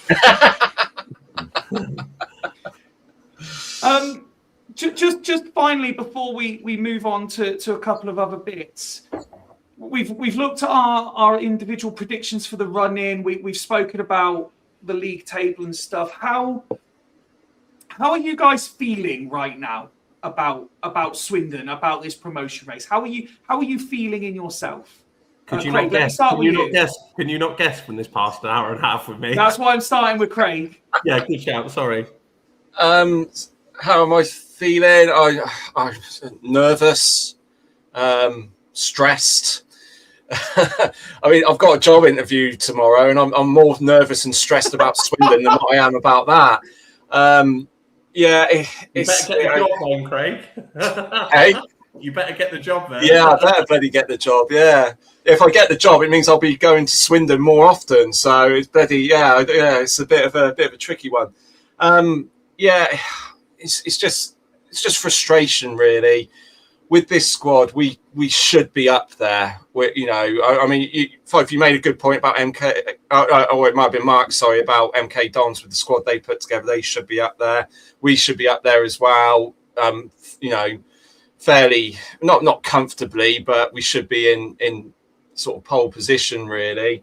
I'm just nervous because, like I said this in the chat, we haven't had a good performance for a long time, and we're going to need some good performances over these next 12 games, as well as the odd, where we grind out a victory by not playing well. We need some good performances. We can't just rely on grinding out victories over the next 12 games or coming back from a goal or two down, because it'll come back to bite us in the ass like it did on Saturday. So I am nervous. It's one of those things. We're going to take it game by game, isn't it? It's going to fluctuate.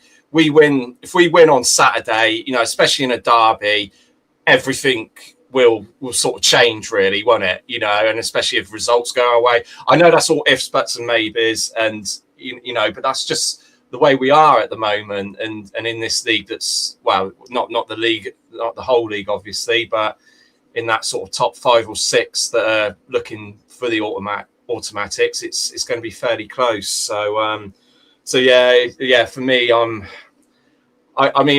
said with the points we get, that might be enough for us to get automatic promotion, but I'm not 100% confident that we will. And if we don't get automatic promotion, I think we'll get annihilated in the playoffs. Okay, Mark, how are you feeling? relatively calm, to be perfectly honest. I think let's look at some uncomfortable truths. One, we're not going to win the league. Even though it's mathematically possible, I don't think we're going to win the league. If you look at our predictions, we've got 12 games left. I don't think anybody has said that we'll pick up less than 15 points. So 15 points from our last 12 games will give us 76 points as a bare minimum, which will put us in the playoffs. So we will be in the playoffs as the bare minimum. The argument now is, can we finish in the top three? Well, Bromley are probably going to go up in one of those spaces because they're that far ahead and they're picking up results, albeit a few draws at the moment. I still think they'll get over the line. MK Dons will definitely take one of the other two promotion spots. Okay, they've lost the least amount of games in the division, and they're starting to click now when it matters. They're picking up those results. So the argument really is, can we finish third? And I think you've probably got a number of teams that are in contention for that, for all the reasons that we spoke about. And going back a few games ago, well, in fact, actually, no, it wasn't. It was back after last week when I started to look at this and really put some thought into it. I still maintain it will go to that final game against Chesterfield, where a win will give us third place. So the onus is still very much on us. Now, don't get me wrong, there could be anomalies that come out of those results. We could end up going to Cambridge and beating them 4-0. We could go to Colchester and win a game there, which will be a bloody miracle. You know, these things are still possible. They are still possible. We'll probably end up losing to Accrington at home and then, winning those other two games. Certainly, given our predictions. It is very much there. So from my point of view, it's still going to be an exciting climax to the season, which will inevitably either be us going up automatically or us being in the playoffs and having that lottery, which extends our season. And hopefully, if we do go into that lottery, that we end up with a trip to Wembley, because we'd all very much enjoy a day out there if that's the route we have to take to get out of this division. So yeah, at the moment I'm fairly calm despite all the madness that's going on, which is bizarre really. I should be more stressed than I am about it, I am sure, but I'm not right now. If we lose to Bristol Rovers on Saturday though, yeah, fucking Monday show is going to be a nightmare. You're very clearly passionate at the moment, in a negative frame of mind, but overall, how are you feeling about the running? Yeah, I'm normally, everyone always says I do edge on the side of positivity, and I at the moment I just don't know. I really don't know how this is going to go. I've got no idea. My heart says yeah, my head says I don't know if we'll get enough points. I don't know. I worry about the playoffs. Like, I'm in Craig's cat. I just can't see us with the record that we've got against teams that would be around the playoffs. I just can't see us performing in the playoffs. I want them to prove me wrong. I want us to go up. It is so difficult at the moment. There's going to be teams that you come up against that won't have a lot to play for, but they do, because it's sort of free hit games that they want to take on the top of the league, and people are you get all the talk then that people are playing for contracts and stuff, and that takes a bit of effect. I do not know. The games that we've predicted on paper that we should win, that we might not, and then we might go and beat Cambridge away, that we've all predicted. Most of us have predicted that we're going to lose. I do not. I'm with Craig that I think it will go down to the wire, and we'll probably need a win on the final day to guarantee it. And whether we've got that in us, I do not know. I so want us to go up. I've said it all year that I wanted us. I didn't bother about us getting the glamour Man City tie in the FA Cup, because look, I'm not being in thing, but look where this has ended up with Salford. You look at this at the moment, they're 9 points behind us. I know they've got 3 games in hand, but they've still got to win them. And I don't know if that's, part and parcel of it. They've had that glamour tie to concentrate on, and they've but let's also not forget that our Valentine's Day wasn't spectacular. Definitely wasn't, mate, but we deserve to lose that as well. And at the moment with games, it's not like that we're losing and we're becoming unlucky, and that we've played well and we've lost. And I understand that we're playing poorly and we're deservedly getting beat. So And the games that we're picking up wins at the moment, you kind of look at it on paper and think, God, we got away with that one. I want it to turn. I want us to start performing. I did say this a few weeks ago that I want us to, it doesn't matter how we pick up the points, and I'm still in that frame of mind, but to increase your chances of picking up points, you've got to perform well. You've got to be putting in better performances. We've got to be taking it to teams. Like Mark said earlier, I want to see us on Saturday. I want to see us going out and attacking Bristol Rovers and not thinking, oh, we'll just stay in the game for a bit and then we can bring our subs on and that's where we'll win the game. Because we could be in the same position. Rovers could get a set piece, score a goal, and then we're chasing the game again. We need to get ahead against these teams and step on some throats and show these 12 games what we're all about. Like, I keep remembering that everyone said about Holloway having this attacking mindset, Holloway ball and all this, sticking four up, stack them and rack them and taking it to teams. I haven't seen that the last 10 games, have we really? Correct. And we haven't seen it. And whether it's starting to get to them, the position that we're in and where we should be, and games are becoming difficult. And that's what worries at the moment. Are we really that fragile? I just don't know. And in answer to your question, I'm sorry, I've rambled on. I do not know what is going to happen. And it is a roller coaster, and I'm going to be up and I'm going to be down. And I'm with Mark. I'm such a up and down sort of, not a character myself. I'm pretty steady. But when it comes to Swindon Town, I am so up and down that you'll probably talk to me on Monday if we beat Rovers and I'll be like, yeah, no problem. Top three, here we go. Roll HMS on. Pistol League, yeah. HMS is back. But this is what this football club does to me. We've all supported them. We all support them and we all care. We all want us to win. We all want us to get out of this league. This is the biggest thing that we've got at the moment. And I don't care whether we finish third on goal difference and we snatch it on the last day. I do not care. But Jay, you're absolutely right. I've lost my head. I've probably lost my head a long time ago with this football club. But game's gone. Game's gone. But you hit the nail on the head. You know, we've got to get out of this league. I was just about to say, you know, I'm going to be Captain Obvious here, but we've got to get out of this league and we've got to get out of it this season. If we don't get out of it this season, we won't have a chance. No. Yeah, it's something's gone seriously wrong with, we know we've all seen, you know, for all the criticism that we've made towards Clem and the funding and the playing squad and everything and the money behind it. Holloway has been backed this season. This is Holloway's team. And these are his players. These are good players, and they should be good enough to get us out. If we don't go up this season, and we have to get out this season, it's been 5 seasons. I know, like compared to teams like that have recently gone up, like Bradford City, who've been down here a lot longer, that might not seem like a long time, but the longer we're down here, the worse it's going to get, especially with our attendances. You know, you look at the money we've spent this season. If we don't go up next season, that's going to have a huge hit on financial fair play for our playing budget next season. It's not even as much as that, Craig. I think you've got to think of it from the owner's perspective as well, and I think he's hedging his bets a little bit here as well, because there's a crucial vote that will be coming up post the end of the season with regards to the ground development proposals. Now, if the club were to win promotion, achieving a 75% threshold to get that plan through is more likely to happen than if the team end up staying in League Two for another season. Because what will happen is the answer will be no, give us the product on the pitch to get us in the division above where, you know, to be fair, we should be before that can happen. So, it's in nobody's best interests, particularly the club hierarchy, to be in League Two. Now, I don't disagree. I think Holloway has been backed.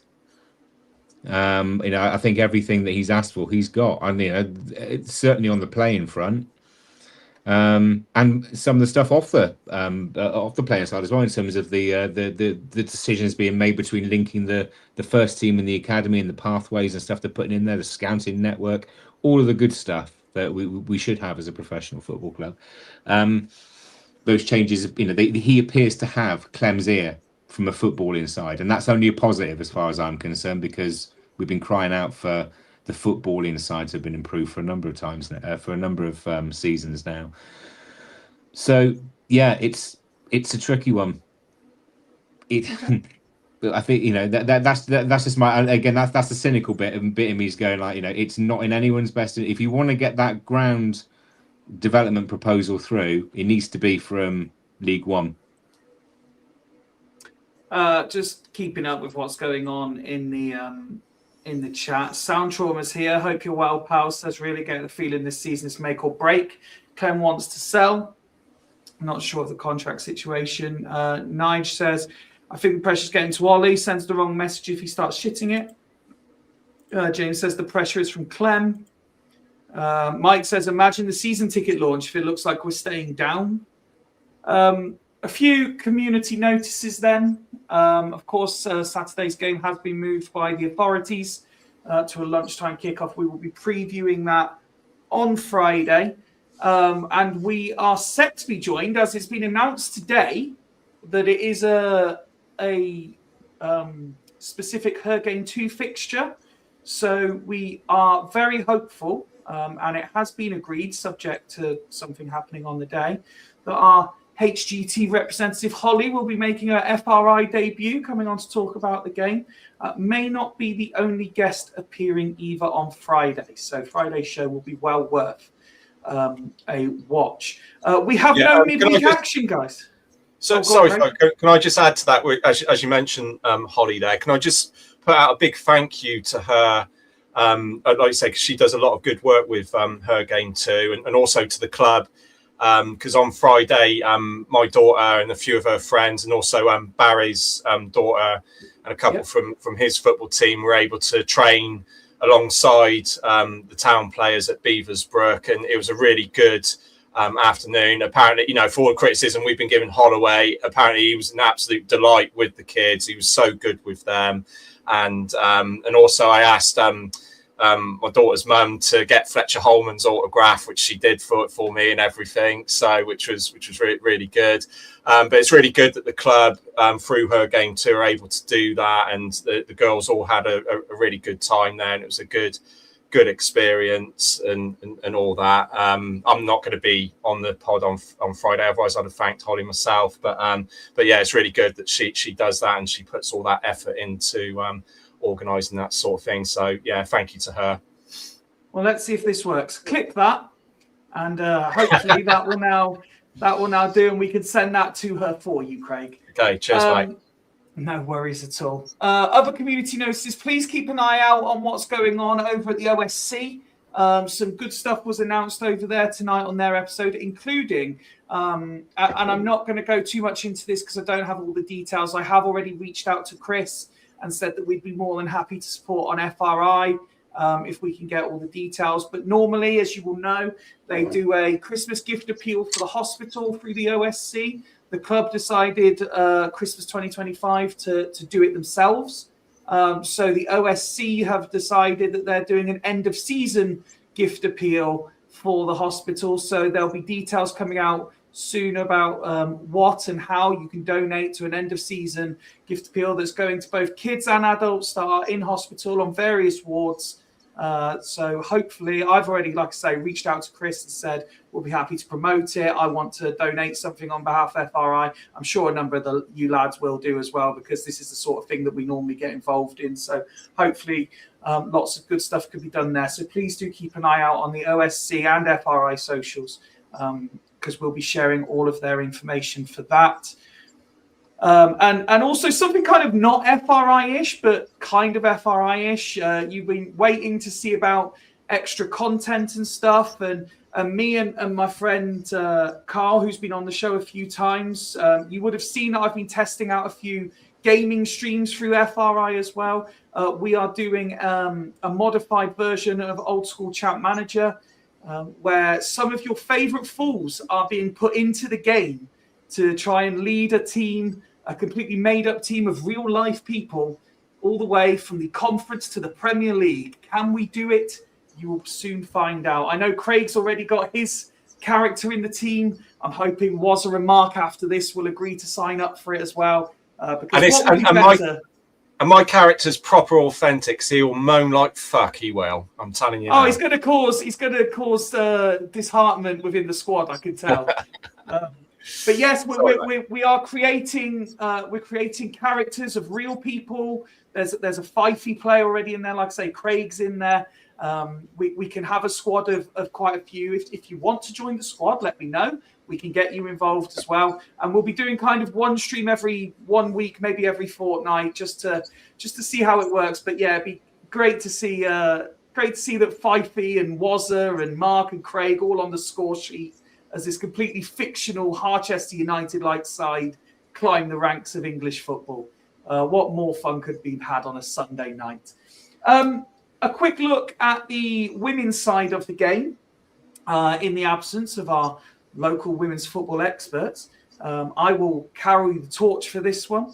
Bassett's game was postponed on Friday, so they did not play. So that left our two other clubs to focus on Sunday. Swindon Town women were dominant and were back to winning ways away at Bournemouth Sports. A huge win for them at the top end of the table. Fantastic win for them as well. And if you've seen some of the goals lately, there's been some real highlights, not just on Sunday, but in the a midweek game as well. Which I know there's been rumblings of discontentment amongst the fan base that it wasn't advertised very well, which I completely agree with. The club can do so much more. Hopefully, the fact that the likes of ourselves and OSC try and pick up on these things and promote it did get the message out to a few people. But yeah, there's definitely more work needed there. I know Woody was talking about it as well on Friday. But a huge win for Swindon at the weekend. And then Corsham had the top of the table clash away at Mansfield. They got a 1-1 draw. And I don't know if we're officially now allowed to say the name of the person who scored for Corsham. We'll just call them a guest player, because although they featured on the team sheet and scored, they've not actually officially been announced as a signing yet. So we'll call it guest player for the time being, in the hope that officials at Mansfield are watching and lodge an appeal, because what would sum up this season more than ineligible players? It'd be fucking hilarious, wouldn't it, to cause that sort of chaos in the women's game as well. But yes, so a draw for Corsham in their top of the table clash puts them in a wonderful position. I believe Rich was telling me, I'm sure they still have 2 games in hand over Mansfield as well. So Corsham are in a fantastic position. But yes, a win for Swindon and a draw for Corsham this weekend, while Bassett's game was postponed. Gentlemen, that I think draws our episode to a close. Once again, Woody managed to keep it to the regular 90 minutes. I strove us well into extra time, and we'll call it before we end up in penalties. But thank you for joining me. This has been a lot of fun this Monday night. Thank you to everyone in the chat. As I say, enjoy your Tuesday night, because we're not traveling to far-flung parts of the country. We actually all get to stay at home for a Tuesday night for a change. Lipo says, the club simply don't have enough staff, so many opportunities. Actually, speaking of which, was it Lipo? Before we go, very, very quickly, where is it? Where's the comment? I need to find it. There was a comment while you guys were chatting. Hey. First penalty incoming. No. This is gonna be really, really quick. Like one answer from all of you. I just can't find the. I'll keep scrolling. Basically, there was a comment. A lot of the talk has been about our defence. If everyone's fit, what is your go-to defence? I'll start with you while I try and find this comment. So at the moment, I would go back 4. Okay. And if everyone is fit, I would go Joel McGregor. Okay. Jamie Knight-Labow, Okay. Tafazoli, and Batty. Okay, nice. Mark? Yeah, Batty, Tafazoli, Knight-Labow, McGregor, back 4. Exactly that. Go on, Mark. Okay. Craig? I have a feeling that Tafazoli's not going to feature much between now and the end of the season. So I'm just going to go for what I think will happen. But yeah, more or less the same, except instead of Tafazoli, it'll be Mabete. Okay, interesting. Controversially, I'm going to put us back to a 3. And I would say if everyone's fit, our best defence is Knight Labelle, Mabete, Wilson Brown. It's our 3. Oh, I thought he was going to say Will. So if we're going to say Will right then. Yeah. So there we go. I'm sorry. There was definitely the comment which made me think of it, but I can't find it to flash it up. But hopefully that answers your question. Gentlemen, as I say, this has been an absolute pleasure. Thank you so much. Before everyone disappears, please stay for the end credits because it's everyone's new favourite song. But I've been Fifey. We've been Fools Rush In. Have a great week. And we will be back to preview Derby Day on Friday. Enjoy having a week at home instead of travelling the country. From me and all the boys, good night.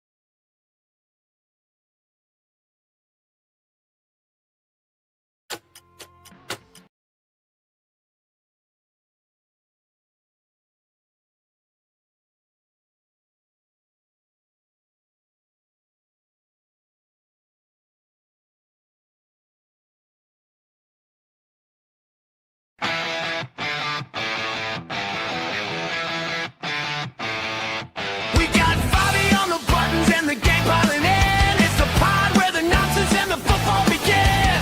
Woody's got opinions, Ben's ready.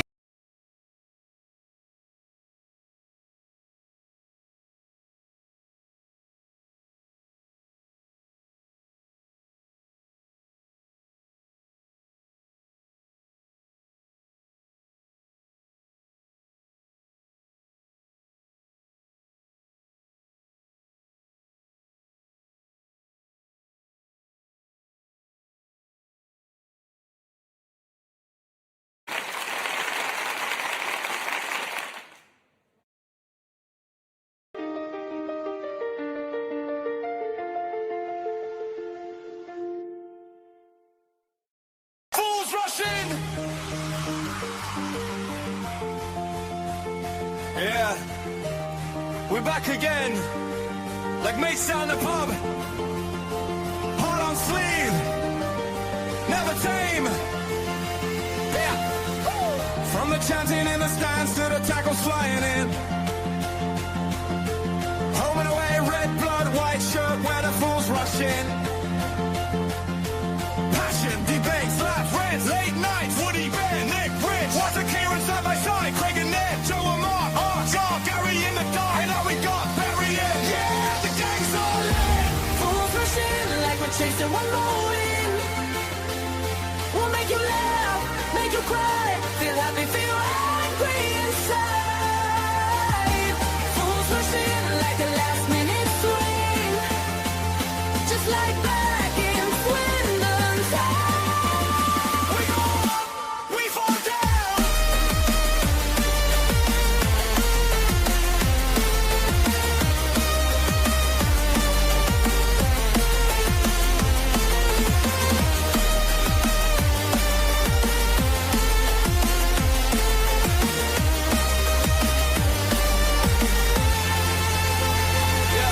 From the goals that lift the roof, unit grows when it goes wide. We argue, we agree, but you're all here on the right. Fight by jumping in the chat. Every story, every stat. Thank you for watching, for listening, commenting back. Save on tires on the board. The Dutch recruitment in our corner. This is our club, our crowd. Turn it up a little louder.